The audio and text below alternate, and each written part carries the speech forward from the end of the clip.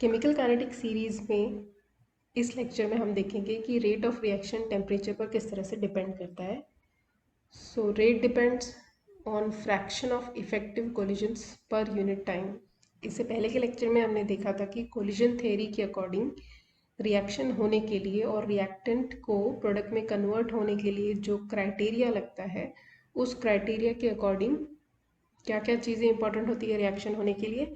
Number 1 की जो reactant molecules हैं उनके बीच में कोलिजन्स होने चाहिए और ये कोलिजन्स इतनी एनर्जी से होने चाहिए एटलीस्ट कि वो एक हाई एनर्जी स्टेट यानी कि ट्रांजिशन स्टेट कॉम्प्लेक्स को बनाए और फिर उसे उस एनर्जी बैरियर को क्रॉस करके प्रोडक्ट में कन्वर्ट हो। तो सारे कोलिजन्स प्रोडक्ट फॉर्म नहीं करते, सिर्फ ऐसे कोलिजन्स जो एक प्रॉपर ओरिएंटेशन में है मॉलिक्यूल्स जिसमें और सफिशिएंट एनर्जी भी कैरी कर रहे हैं ताकि वो एक्टिवेशन एनर्जी जितना वैल्यू को क्रॉस कर पाए और उस एनर्जी बैरियर को पार कर ले, वही कोलिजन सिर्फ इफेक्टिव कोलिजन्स होते हैं। तो फर्स्ट पॉइंट सेज कि rate depends on fraction of effective collisions per unit time, इसीलिए rate depends on activation energy and temperature. अब कोलिजन्स पहले स्लो होंगे, अगर आप टेम्परेचर बढ़ा देंगे तो कोलिजन्स की फ्रीक्वेंसी और फास्ट हो जाएगी क्योंकि टेम्परेचर बढ़ते ही मॉलिक्यूल्स के वाइब्रेशंस बहुत ज़्यादा होने लगते हैं तो कोलिजन भी बहुत ज़्यादा होंगे, एनर्जी एक्सचेंजेस ज़्यादा होंगे। That's why activation energy and temperature, these are factors on which rate of reaction depends. Higher activation energy implies high barrier and fewer reactant molecules will form the transition state complex. अगर activation energy बहुत ज़्यादा high होगी, पिछले class में हमने ये figure देखा था जिसमें यहाँ पे दिखाया है कि रिएक्टेंट्स पहले लो एनर्जी होते हैं, वाई एक्सिस पे पोटेंशियल एनर्जी है तो रिएक्टेंट की एनर्जी पहले लो है, फिर ई ए यानी कि एक्टिवेशन एनर्जी जितना अमाउंट अटेन करके वो इस पीक पॉइंट पे पहुंचते हैं और ट्रांजिशन स्टेट यानी कि एक हाई एनर्जी स्टेट बनाते हैं और उसके बाद प्रोडक्ट में कन्वर्ट होते हैं। तो वही चीज़ आज की क्लास में फिर से बताई जा रही है कि एक्टिवेशन एनर्जी क्या होती है, वो एनर्जी जो रिएक्टेंट को उस हाई पीक पॉइंट तक चढ़ने के लिए लगती है। इसलिए कोलिजन्स होने चाहिए और कोलिजन्स में इतनी एनर्जी अटेन होनी चाहिए कि वो एक्टिवेशन एनर्जी वाला पोर्शन पार कर पाए। हाई टेम्परेचर इस चीज़ को करने में हेल्प करता है, इसीलिए टेम्परेचर और रेट का रिलेशन पढ़ना बहुत इंपॉर्टेंट हो जाता है। तो relationship between rate constant activation energy and temperature. Rate is dependent on rate constant, which is proportionality constant that relates rate to concentrations. जैसा हमने रेट लॉ में पढ़ा था, रेट लॉ में क्या था, रेट इज इक्वल टू के into concentration of reactant और फिर रिएक्टेंट के ऊपर उसका पावर जो ऑर्डर था वो, उस रेट लॉ के हिसाब से के rate constant,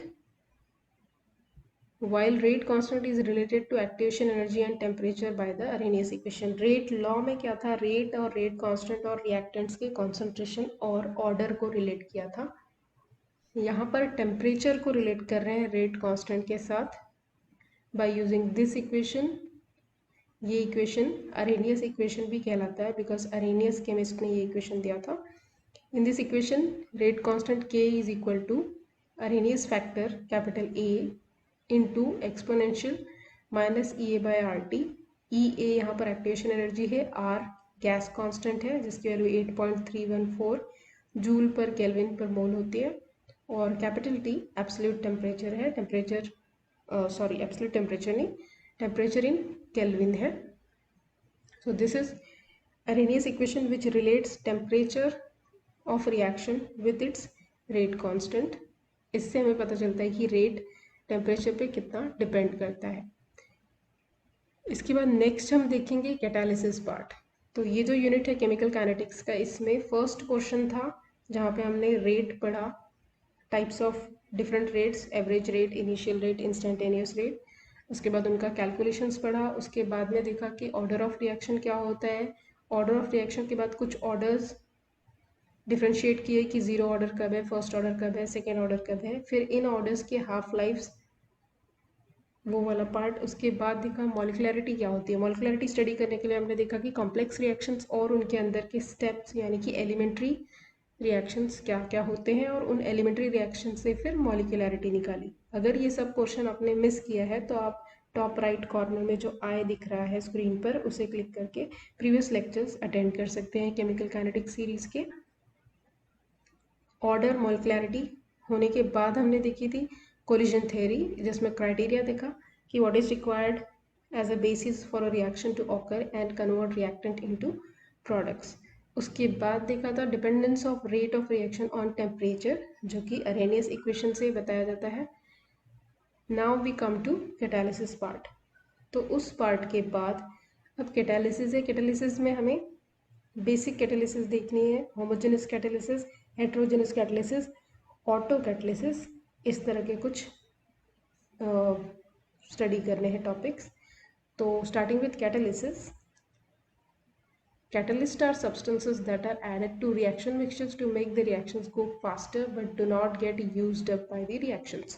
organic chemistry, inorganic chemistry में कई ऐसे रिएक्शंस देखे होंगे जहाँ पर कैटलिस्ट यूज़ होता है। कैटलिस्ट ऐसी चीज़ है जो रिएक्शन में डालते तो हैं बट वो प्रोडक्ट के साथ वापस से रीजनरेट हो जाता है, वो कंज्यूम नहीं होगा। इसलिए नेट रिएक्शन में कभी हम कैटलिस्ट दिखाते नहीं हैं because it is used and again regenerated. It is never consumed in the reaction. It just fastens or increases the speed or rate of reaction. Or catalyst functions by providing an alternative reaction pathway with lower activation energy. Catalyst क्या करता है, जैसा इस diagram में दिखा हुआ है इस ग्राफ में कि एक्स एक्सिस पर टाइम है और वाई एक्सिस पर एनर्जी है। अगर तो जैसे हमने रिएक्शन शुरू करी और टाइम बढ़ता जा रहा है, यहाँ से रिएक्शन स्टार्ट हुई है, ये पीक अटेन होगा जब इतनी एक्टिवेशन एनर्जी मिल जाएगी और फिर प्रोडक्ट फॉर्म होंगे। तो ब्लू कलर जो पीक दिख रहा है ये विदाउट कैटलिस्ट वाला। जब कैटलिस्ट यूज नहीं किया तो पीक इतना ऊंचा था और रिएक्टेंट को इतनी ज़्यादा एनर्जी लेनी पड़ी तब जाके वो पीक पे पहुंचे और प्रोडक्ट फॉर्म किया। जब कैटलिस्ट यूज किया है तो ये पीक काफ़ी छोटा हो गया और रेड कलर कर्व जो है वो मिलता है, प्रोडक्ट जल्दी फॉर्म हो जाते हैं। मीन्स वहाँ पर एनर्जी भी बची, कम एनर्जी में काम हो गया और टाइम भी हमें लेस लगता है as compare to uncatalyzed reaction. It increases the reaction rate but does not affect the reaction enthalpy or equilibrium position. तो हीट चेंजेस नहीं होते हैं, इक्विलिब्रियम पोजीशन डिस्टर्ब नहीं होता है रिएक्शन का, सिर्फ रिएक्शन की स्पीड इंक्रीज हो जाती है by the use of catalyst. It does not alter the reaction yield at equilibrium. Similar figure is again given here. Reaction progress है एक्स एक्सिस पर, वाई पर energy, reactant starting from here. Blue curve दिखाता है कि catalyst use करने पर pathway इस तरह से यूज हुआ, लेस एनर्जी एक्वायर हुई पीक तक पहुंचने के लिए और प्रोडक्ट बनाने के लिए। पिंक कर्व जो है ये अनकैटलाइज्ड है, means high activation energy require हुई to form products. Now starting with types of catalysis, first type is homogeneous catalyst or homogeneous catalysis. These catalysts are those catalysts which have same phase as the reactant. जब reactant gaseous है और जो catalyst हमने use किया है NO वो भी gaseous ही है, तो इस टाइप के catalysis को homogeneous catalyst कहते हैं। homogeneous यानी कि एक जैसा। तो जब reactant और catalyst का जो phase है, जो स्टेट है वो सेम है, यानी तीनों गैस या तीनों लिक्विड या तीनों सॉलिड, उस केस में कहेंगे कि ये होमोजेनस कैटलिसिस है। और यहाँ पे NO हो गया homogeneous catalyst. The formation of SO3 from SO2 and O2 is an exothermic reaction but activation energy is very high. Reaction is very slow at low temperature. Temperature increase करने से reaction increase हो जाता है, rate of reaction, but product जो है वो कम बनता है, the yield is low. Adding nitric oxide which leads to formation of transition state complex that have lower activation energy. जैसा हमने इसके पिछले स्लाइड में देखा था कि ग्राफ में जैसे ही कैटलिस्ट ऐड करते हैं पीक छोटा हो जाता है, मतलब ट्रांजिशन स्टेट कॉम्प्लेक्स जो होता है पीक पॉइंट पे जो बनता है वो लेसर एक्टिवेशन एनर्जी से ही बन जा रहा है और इसलिए लेस टाइम में रिएक्शन पूरी हो रही है। यहाँ पर भी वही बताया कि अगर ये रिएक्शन विदाउट कैटलिस्ट की जाए तो it requires more time and more energy, and the transition state complex forms at a very high peak with high activation energy.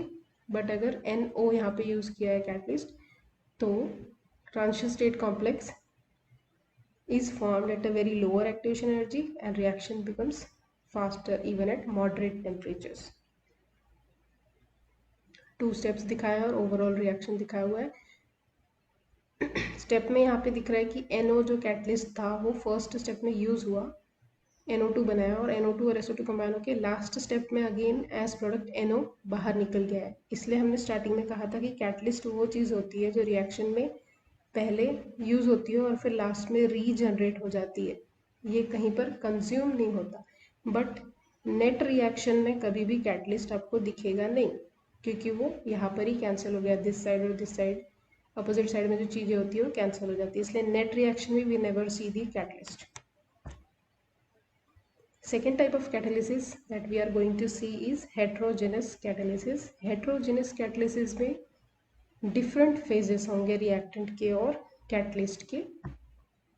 Most reactions involving gases use inert metals or metal oxides as catalyst. तो ऐसे सभी reaction जहाँ पर reactant gases है और catalyst जो है वो metal है या metal oxides है solid, वो सभी आते हैं इस कैटेगरी में heterogeneous catalysis में. These solid catalysts provide surface area for effective molecular interactions.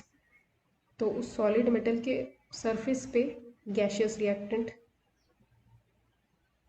react करेंगे या interact करेंगे to form product. The solid surface facilitates breaking and formation of new bonds. वहाँ पर bond breakage and formation होगा, नए products तैयार होंगे. Example है nickel, palladium और platinum, which are often used in the hydrogenation reduction reaction में use होते हैं vegetable oil के to make these type of oils. Example of heterogeneous catalysis में again gas phase बताया यहाँ पर, then liquid phase, then solid phase. यहाँ पर दिख रहा है कि ये gases थे और ये metal है solid. यहाँ पर H2O2 लिक्विड है और प्लेटिनम मेटल है, इसलिए हेट्रोजेनस. और यहाँ पर KClO3 लिक्विड है और ये MnO2 सॉलिड है, इसीलिए सॉलिड फेज. तो इस तरह से डिफरेंट फेजेस में हेट्रोजेनस कैटलिसिस होता है जहाँ पे फेज चेंज होता है रिएक्टेंट एंड प्रोडक्ट का. हाइड्रोजनेशन ऑन कैटलिस्ट सरफेस, जो भी एग्जांपल देखा था हेट्रोजेनस कैटलिसिस का कि मेटल के सरफेस पे गैशियस रिएक्टेंट आते हैं, इंटरैक्ट करते हैं और प्रोडक्ट्स फॉर्म करते हैं. वही चीज़ यहाँ पर फिगर में दिखाई है. कैटलिस्ट का सरफेस है, ये डबल बॉन्डेड अनसैचुरेटेड कंपाउंड है यहाँ पर रिएक्टेंट जो रिड्यूस हो रहा है, यानी H2 से रिएक्ट हो रहा है. तो यहाँ पे हाइड्रोजन अटैच हुआ, फिर अल्कीन भी अटैच हुआ. अल्कीन के पास डबल बॉन्ड ओपन करके ये हाइड्रोजन्स अटैच हो रहे हैं और उसको रिड्यूस कर रहे हैं, और फाइनली इधर प्रोडक्ट फॉर्म हो चुका है. ये रिड्यूस्ड प्रोडक्ट मिल गया है. स्टार्टिंग विथ अल्कीन, यहाँ पे हमको सैचुरेटेड अल्केन मिला है क्योंकि इसमें 2 हाइड्रोजन्स ऐड हो चुके हैं, हाइड्रोजनेशन इसका हो चुका है using the catalyst surface. Third category आती है एंजाइम कैटलाइज्ड रिएक्शंस. एंजाइम्स जो होते हैं ये बायो कैटलिस्ट होते हैं. In enzymatic reactions the molecules at the beginning of the process, यानी कि substrates, are converted by the enzyme into different molecules. तो जैसा फिगर में दिख रहा है, substrate entering active site of enzyme. ये सबस्ट्रेट है, ये एक्टिव साइट है, जहाँ पर रिएक्शन होता है उस साइट को एक्टिव साइट कहते हैं, और ये एंजाइम है. जैसे ही सबस्ट्रेट आके यहाँ पर स्टिक होगा एंजाइम के एक्टिव साइट पे, एंजाइम सबस्ट्रेट कॉम्प्लेक्स फॉर्म हो जाएगा. Enzyme changes shape slightly as substrate binds. तो स्लाइट शेप चेंज होता है. यहाँ पे आपको दिख रहा है इतना शार्प नहीं था और इधर शार्प हो गया है आफ्टर अटैचमेंट ऑफ सबस्ट्रेट.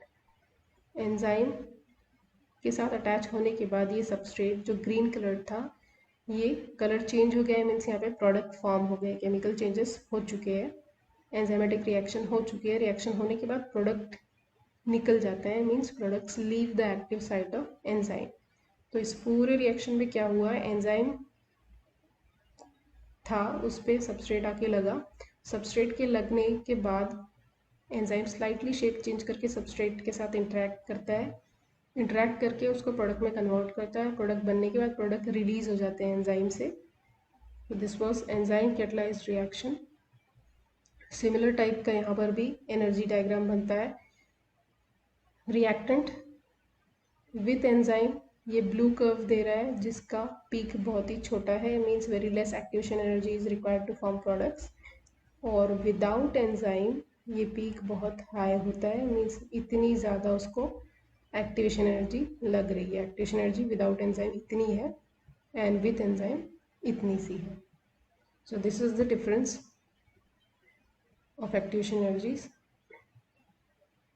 तो हमने होमोजेनस कैटलिसिस देखा, हेट्रोजेनस कैटलिसिस देखा, उसके बाद एंजाइम कैटलिसिस देखा। Now comes auto catalysis. Auto catalysis as the name suggest, auto means self, जो खुद ही कैटलिस्ट की तरह एक्ट करने लग जाए, उस केस में वो ऑटो कैटलिसिस होगा। तो when one of the product of reaction itself acts as a catalyst for that reaction, the phenomena is called autocatalysis. Suppose एक रिएक्शन हुई, यहाँ पर ये ईस्टर, सॉरी यहाँ पर एक ऑक्सीजन और चाहिए था, बिकॉज ये ईस्टर है तो इसमें COO ग्रुप होना चाहिए। तो ईस्टर प्लस वाटर यानी हाइड्रोलिसिस ऑफ ईस्टर हो रहा है और प्रोडक्ट में बनेगा एक एसिड, कार्बोक्सिलिक एसिड, और एक एल्कोहल। इस केस में जो कार्बोक्सिलिक एसिड बना है, एसिटिक एसिड, ये इसी रिएक्शन के लिए कैटलिस्ट की तरह एक्ट करता है, means this is an auto catalyst. अगर किसी रिएक्शन में प्रोडक्ट बनता है और वो प्रोडक्ट ही उसके कैटलिस्ट की तरह एक्ट करेगा तो उसे कहते हैं ऑटो कैटलिस्ट, और ऐसे प्रोसेस को कहते हैं ऑटो कैटालिसिस। तो this was about catalysis in short. Thank you.